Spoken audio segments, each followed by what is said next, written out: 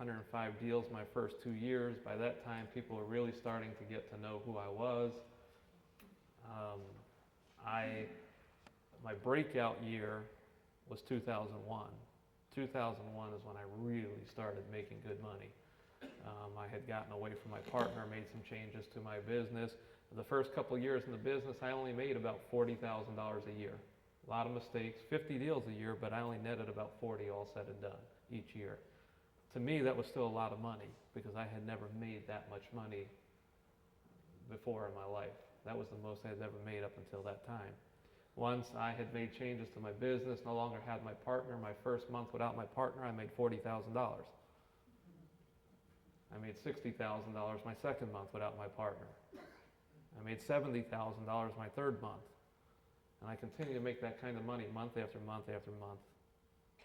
Now I started having this guilty feeling about how much money I was making, and I wanted to make sure I was doing the right thing with it. And so I had went to my pastor and I said, I want to do the right thing. I want to be able to talk to the right people and make sure I'm doing the right things with my money. So he said, Steve, let me introduce you to a few people. So he introduced me to a prominent accountant within the church. He introduced me to an estate planner within the church. He introduced me to some other businessmen within the church. And I was getting together with all these people, and they were working to develop the plan for me. And so we had just come together, and they had this plan. And I went and I executed that plan exactly the way they told me to do it. I went from having zero in assets to $7 million in assets in just over 3 years. And everything and everybody who was watching me just thought that everything I touched turned to gold. And they were always telling people, look at Steve, go to Steve, learn from Steve, do what he's doing. And as people sat there and kept building me up, the only person who did not think that I was successful was me. I wasn't feeling it. Yet they all thought I was. And so I kept on wondering, what am I doing wrong? It's me. Because they're, according to all of them, I'm successful, so I'm doing something wrong. Maybe I should work harder. Maybe I should start doing bigger deals because I'm just maybe just a couple deals away from really hitting it. But I was not willing to admit that I wasn't feeling it, so I played the role because that's what everyone thought I was. And so because I had the big, beautiful house. They told me, I went off, I bought the 5,500 square foot home on 5 acres. I was a single guy, I had 5 bedrooms, 4.5 bathrooms. Bought the vacation home, built up the rental portfolio. I did everything I was supposed to do. Along with that, I had $4.5 million in debt. 4.5 million little employees who expected me to manage them. And I did. I did it well. But I wasn't living and experiencing life. And so through all of that, I started just getting really honest with myself. What is going on here?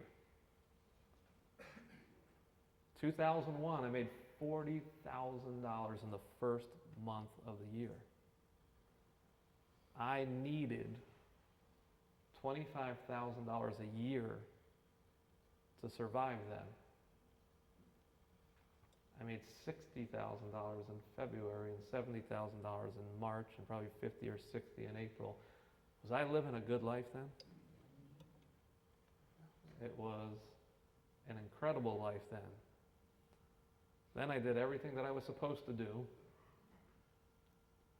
And I went from needing $25,000 a year to needing $25,000 every 2 weeks. 2001 was simple.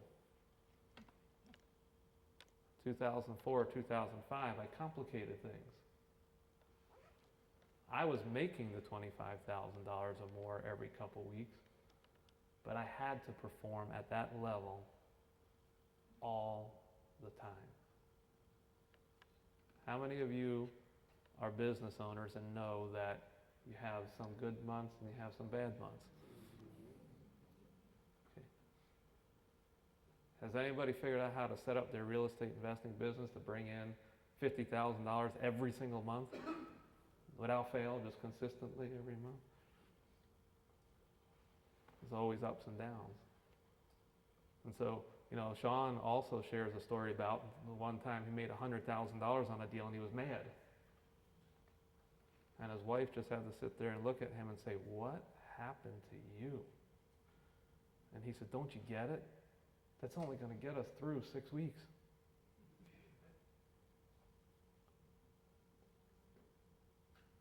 I was no longer experiencing prosperity because I really complicated my life, doing everything that I was supposed to do. Here's the problem. I got together with all of those people. Not one of them asked me, "Steve, what do you want your life to look like?" It was just assumed that I wanted to accumulate more. It was just assumed that being successful was building my net worth. But not a single person asked me the question, "What do you want? How do you want to live and experience your life?" I had everything anybody could want, except for time, except for peace, except for joy. My marriage was suffering. All different relationships around me were compromised. All the things that I would say is prosperity today is what I lacked then. I did not lack in money, but I did lack in life. And so I am so thankful that I was able to see that. I'm so thankful that through my experience, I was able to just look back only a few years earlier and see how simple life was and how great and easy it was. I didn't have a care in the world then. But then once I did what I was supposed to do, everything changed. And it wasn't for the better. So one of the things that I want you to really understand is this, and I don't want the wrong message to come across. Money is a good thing.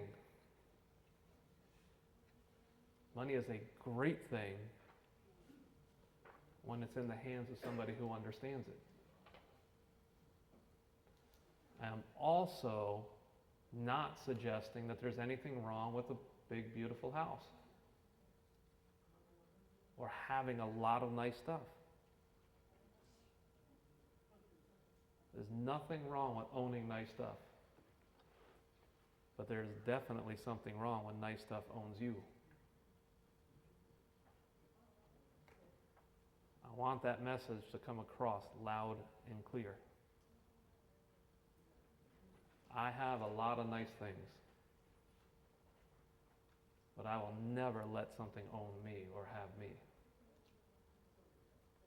And that's what happened when I pursued the plan that the world put out there in front of me. My business and everything I did and my rental portfolio and all my toys and my vacation homes and my big mansion owned me. They dictated how hard I worked, how much time I worked, how well I slept that night, how well I got along with my wife. They controlled me. I didn't own them. So what I want, the message that I want you to get across here, don't think that I'm telling you to deny yourself of nice stuff. I'm telling you, do not deny yourself of life, which is what you truly want. We think that all that stuff will give us life, but it's life that we should be pursuing rather than the stuff. Does it make sense?